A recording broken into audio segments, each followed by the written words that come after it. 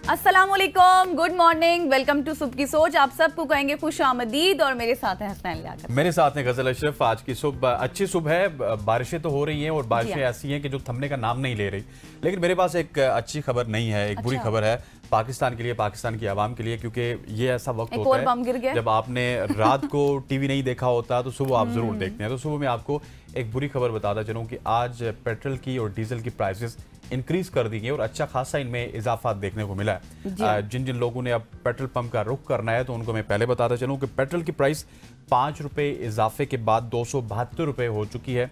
ये पहले 266.80 थी। अगर डीजल की बात की जाए, डीजल क्योंकि मेनली उन गाड़ियों में पड़ता है जो कि पब्लिक ट्रांसपोर्ट के साथ रिलेट करती हैं या फिर कैरेज का काम करती हैं, सो वहाँ पे भी बहुत बड़ा इजाफा हमें देखने को मिला। डीजल की प्राइस में 11.37% इजाफा देखा गया। अब डीजल की प्राइस 284.35 है। इससे पहले इसकी प्राइस थी 272.98। सो ये प्राइजेज हैं। अब आपको नई प्राइजेज मिलेंगी। एक बड़ा अजीबो गरीब सा हमें देखने को मिला है ये इजाफा, और यकीनी तौर पे 15 दिन के बाद ये बम तो 15 दिन के बाद ये बम गिर रहा है। और बिल्कुल ठीक कहा गजल आपने कि ये बम गिरता है आवाम के ऊपर जब पेट्रोल की या फिर डीजल की कीमत करते हैं, ज्यादा जाता है। बिल्कुल। तो ये तो अब आप इस चीज के लिए तैयार हैं कि हर 15 दिन बाद कुछ ना कुछ होगा। जब आप ज्यादती की बात करेंगे कि ज्यादा होगा तो वो 5 या 10 रुपए बढ़ेगा। जब आप कमी की बात करेंगे तो वो 1 रुपए, 1.25 रुपए, 1.5 रुपए कम होगा। एग्जैक्टली। अब आपने हमारे ऊपर गुस्सा नहीं करना है क्योंकि हम तो सिर्फ आपको इन्फॉर्मेशन दे सकते हैं। अच्छा, आज हम सोशल स्टोरीज का आगाज करते हैं और सबसे पहले आपको बताती हूँ कि अब से कुछ अर्सा पहले जब आपको याद होगा कि एक ऊँटनी जिसका नाम कैमी था, उस हवाले से कितनी ज़्यादा बात हो रही थी, जिस तरह से उसकी टांगों को काट दिया गया था और बहुत डिबेट की गई थी उसके ऊपर। 1 साल कबल की बात है। तो अब मसला ये है कि उसको 1 साल तो गुजर चुका है और सिला सांगड़ में जुल्म का शिकार होने वाली जो ऊँटनी थी कैमी, अब वो नई जिंदगी की तरफ गामजन हो चुकी है। और भूख की तलाश में एक खेत में दाखिल होने पर एक बासर जमींदार ने उसके ऊपर जिस तरह से जुल्म किया था, थोड़ी सी वो मैं आपको बता दूं कहानी थी क्या, रिमाइंड करा दूं, आई मीन टू से कि उसकी अगली टांग को काट दिया था। और कैमी का मालिक एक गरीब किसान था जो कि जाहिर है इंसाफ के लिए उस तरह से आवाज़ नहीं उठा सकता था। और फिर वाक़े के बाद अवाम में काफ़ी गम और गुस्सा पाया गया। रियासत ने भी फिर आज खुद नोटिस लिया, फिर जानवरों के हवाले से बहुत से कानून भी बने। कानून के तहत 5 अफराद को फिर गिरफ्तार भी किया गया। अब कैमी की बहाली आखिरी मराहिल में दाखिल हो चुकी है और अब उसके लिए वो तैयार करदा मसनूई टांग जो उसको दी गई थी उसे फिर से चलने की काबिल भी बना रही है। और कैमी भी एक शेल्टर होम में अभी तक रिहाइश पजीर है और शेल्टर टीम को उम्मीद है कि कैमी जल्द ही अपने जो इर्द गिर्द दूसरे जानवर हैं उनकी तरह चलेगी, दौड़ेगी और काम करेगी जिस तरह से वो करती थी, जैसे बाकी सब लोग। बिल्कुल ऐसी स्टोरी बड़ी अच्छी है क्योंकि इसके ऊपर सोशल मीडिया ने आवाज़ उठाई थी। सोशल मीडिया की आवाज़ उठाने पे फिर मेन स्ट्रीम मीडिया ने भी आवाज़ उठाई थी और वो जिसने जुल्म किया था उसको 5 साल की सज़ा भी मिली थी। और अब हमें ये जो विजुअल्स नज़र आ रहे हैं ये बहुत ही अच्छे हैं क्योंकि वो अपने कदम पे वापस आ चुके हैं। और जिस तरह वो चल रही है मुझे लगता है कि महीना डेढ़ और लगेगा, लेकिन कुछ अरसे में ये ऊँटनी बिल्कुल अपने कदमों पे होगी। That is very good.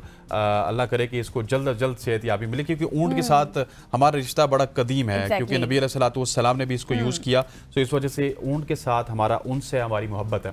ख़वातीन वज़ात आगे बढ़ते और आगे बढ़ते हुए आपको बताते हैं वफाकी दारुल हुकूमत इस्लामाबाद से एक बड़ी दिलचस्प खबर। वफाकी दारुल हुकूमत इस्लामाबाद की पुलिस ने सोशल मीडिया बिलखुसूस टिकटॉक पर सख्त पाबंदी आयद करते हुए वाज़ेह किया है कि आइंदा कोई भी पुलिस ऑफिसर या एहलकार यूनिफॉर्म में वीडियो बनाएगा तो उसके खिलाफ सख्त महकमाना कार्रवाई अमल में लाई जाएगी। इस हवाले से जारी पॉलिसी पर अमल दरामद करते हुए इस्लामाबाद पुलिस ने ऑपरेशंस डिवीजन में तैनात 2 एहलकारों को मुअत्तल भी कर दिया है।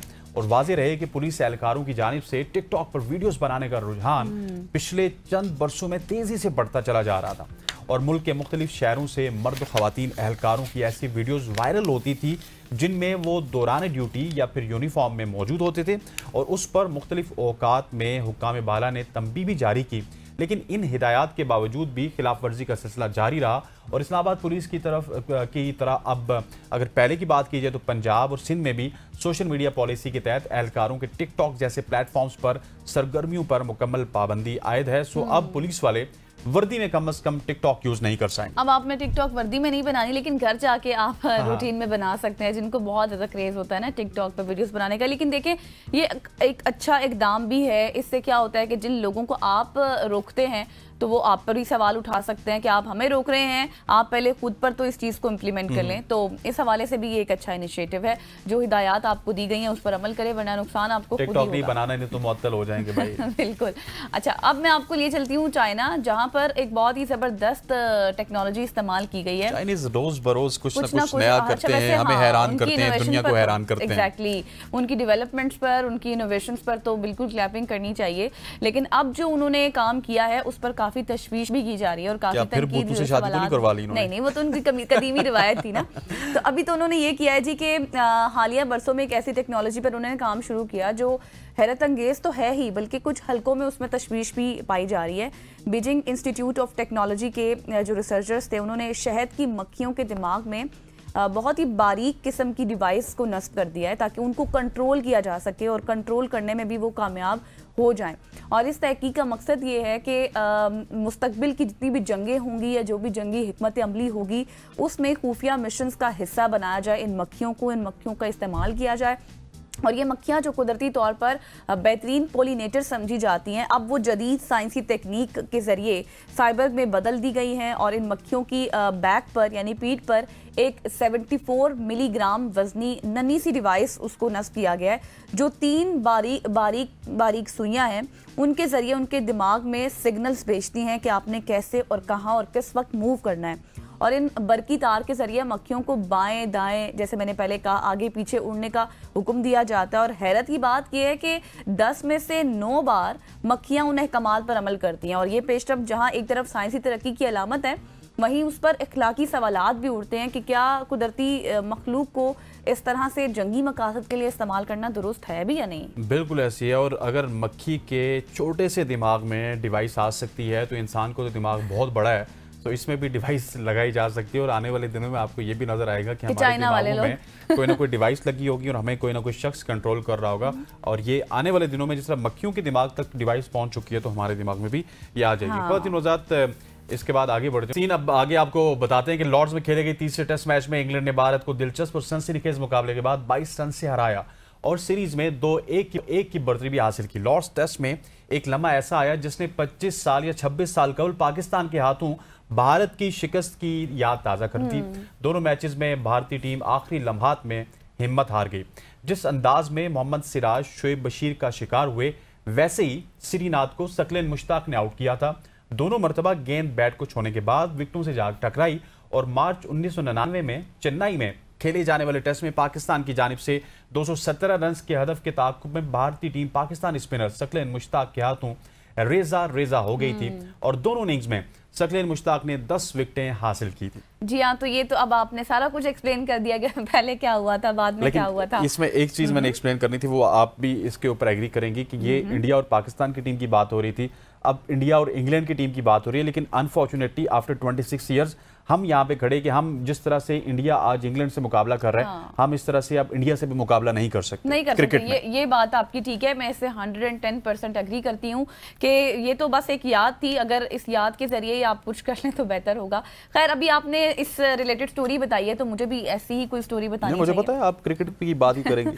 बिल्कुल, तो कुछ दिखा दे पहले हम इस हवाले से भी, हमारे पास कुछ है तो कोई वीडियो नहीं चले। अच्छा सुनिएगा, ये भी स्टोरी इसी तरह से है कि ऑस्ट्रेलियाई फास्ट बॉलर मिचेल स्टार्क ने अपने 100वें टेस्ट मैच में नया तारीखी रिकॉर्ड कायम कर दिया है।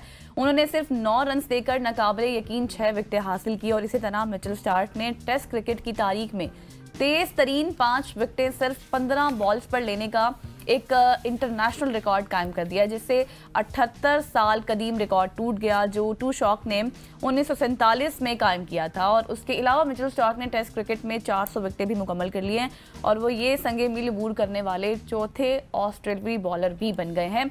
और वेस्ट इंडीज़ और ऑस्ट्रेलिया के दरमियान तीसरे टेस्ट की बात करें तो इस मैच में वेस्ट इंडीज़ की जानिब से भी एक रिकॉर्ड कायम किया गया है। वो ये है कि वेस्ट इंडीज़ की पूरी टीम 4.3 ओवर्स में महज 27 रन बनाकर, ठीक है तो इस तरह बनाकर क्रिकेट ज्यादा देखता हूं ना, रन्स की पवेलियन में लौट गई है। लेकिन कभी आपको ये भी पता होना चाहिए कि कभी क्रिकेट की दुनिया पर राज करने वाले वेस्ट इंडीज टीम अपने ही होम ग्राउंड में क्रिकेट की तारीख में इतना कम स्कोर बनाएगी, ऐसा किसी ने सोचा नहीं था। तो वो मतलब कम तो बनाया है, वो बच गए हैं बनाने से, लेकिन वेस्ट इंडीज का ये जो रिकॉर्ड है वो बनाते बनाते तो कम वो बचे हैं, लेकिन उसने तकरीबन अपनी 100 साला टेस्ट तारीख का सबसे कम स्कोर बनाने का रिकॉर्ड जरूर अपने नाम कर लिया है, तो ये भी आप याद रखें। मुझे जिस तरह गजल ने बताया ना कि मैं आपको एक और चीज़ बताती चलूँ कि वेस्ट इंडीज़ जो किसी ज़माने में बहुत अजीम थी, क्रिकेट के साथ बहुत मोहब्बत करती थी, तो मैं सोचूं वो आगे मेरा नाम लेंगी कि आप अभी बहुत ज़्यादा क्रिकेट देखते हैं, तो कल से मैं भी क्रिकेट देखना स्टार्ट कर रही हूँ। नहीं, वो आप ही देखेंगे, वो आपकी ख़वातीन हज़रात आगे बढ़ते हुए एक और इंटरेस्टिंग स्टोरी आपको बताते हैं। कौमी एयरलाइन PIA की, PIA का 63 साला रिकॉर्ड जो आज तक ना टूट सका। रिकॉर्ड की तफसीलात कुछ यूँ हैं कि 1960 में PIA ने बोइंग तैयारों का इस्तेमाल शुरू किया और 1962 में नया बोइंग 720 मतलब 720 खरीदा।